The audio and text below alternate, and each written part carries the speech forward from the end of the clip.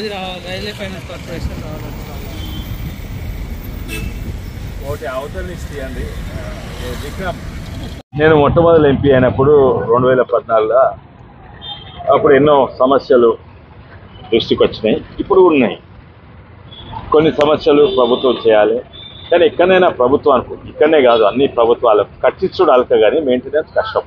ఇక్కడనే కాదు, తెలంగాణనే కాదు, దేశవ్యాప్తంగా ఈ మన దేశమే కాదు, అమెరికాలో కూడా మంచి హైవేలు కట్టిస్తారు, మెయింటెనెన్స్ ఉండదు.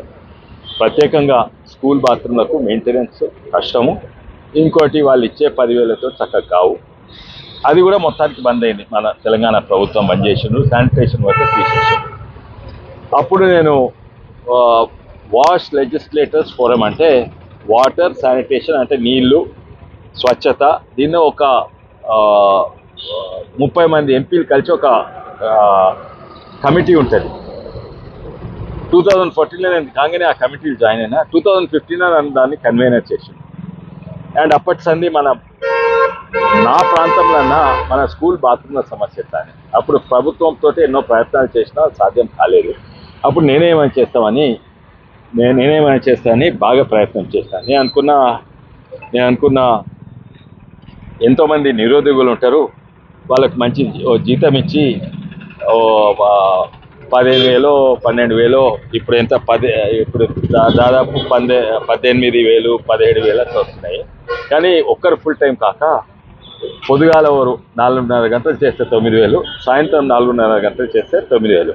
నాకు పార్ట్ టైం ఉద్యోగం చాలా ప్రోత్సహించింది. ఎందుకంటే ఓ పార్ట్ టైం 4:30 గంటలకు 9,000 అంటే మంచిగా ఉంటుంది. తక్కినప్పుడు తండ్రికి వ్యవసాయంలోనో ఒడ్ల పని ఉంటే ఒడ్ల పనో లేకుంటే పొలంలో పంపు పోతే అవి చేసుకోవచ్చు. అదే 9,000 పొద్దుగాల 9,000 సాయంత్రం ఇవి 30 గ్రామాలు తిరగాలని నేను అనుకున్నా. కానీ అప్పుడు నేను ఈ బండ్లు తెస్తాం అనుకోలేదు. నేను అప్పుడు ఏమనుకున్నా అంటే ఓ మోటార్ సైకిల్ ఉంటాయి కదా, మోటార్ సైకిల్ వాళ్ళు తిరుగుతారు, మోటార్ సైకిల్ ఖర్చు ఇస్తాము, మంచి గ్లౌజ్ ఇస్తాము, బూట్లు ఇస్తాము, సబ్బులు, డిటర్జెంట్, ఫినాయిల్ అన్నీ ఇస్తాము, మంచి కడిగేపిస్తాం, పోయి కడుక్కుంటారని. కానీ అది సాధ్యం కాలేదు. ఎందుకంటే వాళ్ళు కడుగుతానికి పోతే అక్కడ స్కూల్ ఇక్కడ ఉంటుంది, బాత్రూమ్లు అక్కడ ఉంటాయి. బాత్రూమ్ దగ్గర నీళ్ళే ఉండవు. అయితే దీనికి సమస్య ఏందని మళ్ళీ ఆలోచించిన. ఏంటంటే నీ ట్రక్ కొని ట్రక్లో 500 లీటర్ అంటే కడగవచ్చు. కానీ అక్కడి నుంచి అక్కడ పోవాలంటే పంపు పెట్టినాం, ప్రెషర్ పంప్. కానీ ప్రెషర్ పంపు నడుచేందుకు కరెంట్ కావాలి కదా, అక్కడ కరెంట్ కూడా లేకుండే. అయితే ఇవన్నీ యంత్రాలు అన్నీ చేసి తర్వాత ఈ ఇంజన్ మీదనే పంప్ నడిచేది తయారు చేసి దీనికి దాదాపు ఏడాది. అయితే ఇది 2015లో మొట్టమొదటి ఫుల్ సక్సెస్ఫుల్. కానీ అంత అయిపోయింది, కానీ నడిపేటోడు కావాలి కదా, నడిపేటోడు కావాలి.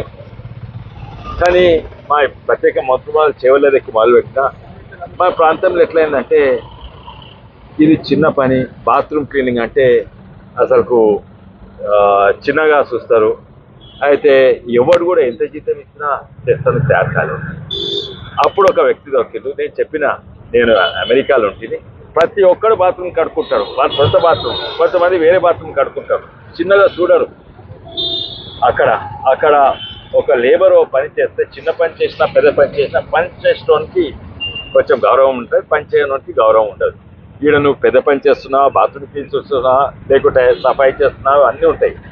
అయితే అది పోవాలి అని నేను కూడా ఒక వ్యక్తి అప్పుడు యాదయ్య నుండే మా చెవుల నుంచి నేను కలిసి వారం తిప్పినాక ఆయనకు కూడా గౌరవం వచ్చింది. నేను ఎంపీఏ పోయి కడుగుతున్నాను. దాని తర్వాత అన్నిట్లో ముఖ్యమైన కష్టమైంది ఇది. కానీ ఈరోజు సంతోషం, ఎంతోమంది యువకులు ముందుకు వస్తున్నారు. ఎందుకంటే ఇది సమాజ సేవ అవుతున్నది. వాళ్ళకు కూడా మంచి ఒక డ్రైవింగ్ నేర్చుకున్నాడే కాదు, వాళ్ళు డైలీ రిపోర్టింగ్ చేస్తారు, GPS వాడతారు, ఆడ రిజిస్టర్ల సంతకాలు తీసుకుంటారు, మా ఆఫీస్కు రిపోర్ట్లు పంపిస్తారు. అంటే ఒక వ్యవస్థలు ఎట్లా పనిచేయాలో వాళ్ళు నేర్చుకుంటున్నారు. అయితే ఒక ప్రొఫెషనల్గా పనిచేస్తూ నేర్చుకుంటారు. దీని తర్వాత వేరే ఉద్యోగాలు కూడా దొరుకుతాయి. అయితే ఇది ఒక్క బండి 30 గ్రామాలకు పోతుంది. అండ్ ఖర్చు ఎంత అవుతుంది అంటే వీళ్ళ జీతాలకు 18,000 అవుతాయి ఒక బండికి. ఇంకా డీజిల్ మెయింటెనెన్స్ అన్నిటి కలిసి దాదాపు 45,000 అవుతాయి నెలకు. అంటే ఏడాదికి 10 నెలలు అవుతాయి. 2 నెలలు తాతిళ్ళు ఉంటాయి కదా, 10 నెలల్లో 4.5 లక్షలు అవుతాయి. కానీ ఒక్కొక్క స్కూల్ చూస్తే తక్కువనే, ఒక్కొక్క స్కూల్కి బండి పోయి కడిగితే ఓన్లీ 1500 అవుతుంది. ఎందుకంటే 33 ఇంటూ 1500 అంటే 45,000.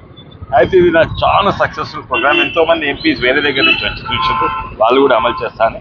కానీ ఇంతవరకు మా జస్టిస్ కొండామాధవరెడ్డి సంస్థ పేరు మీదనే నడుస్తుంది. దీనికి 90% డబ్బులు నేనే ఇచ్చేది. కానీ ఇప్పుడు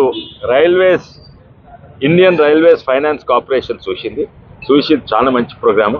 మా దగ్గర సిఎస్ఆర్ ఫండ్స్ ఉంటాయి, ఎన్నెన్నో వాటికి ఇస్తారు. కానీ దీనికి ఇస్తే చాలా మందికి లాభం అవుతాయని నాకు 1,15,00,000 ఇచ్చింది. అయితే వాటితోటి ఇవి ఇంకా వేరే బండ్లు నడిపిస్తాను. ఫస్ట్ టైము నేనే కాక వేరే సంస్థ ఫండ్స్ ఇవ్వడం జరిగింది, సిఎస్ఆర్ ఫండ్స్. దీనివల్ల ఈ 5 ట్రక్లు మన వికారాబాద్లో 5 మండలాల్లో నడుచుకుని మొదలుపెట్టాం. Thank you.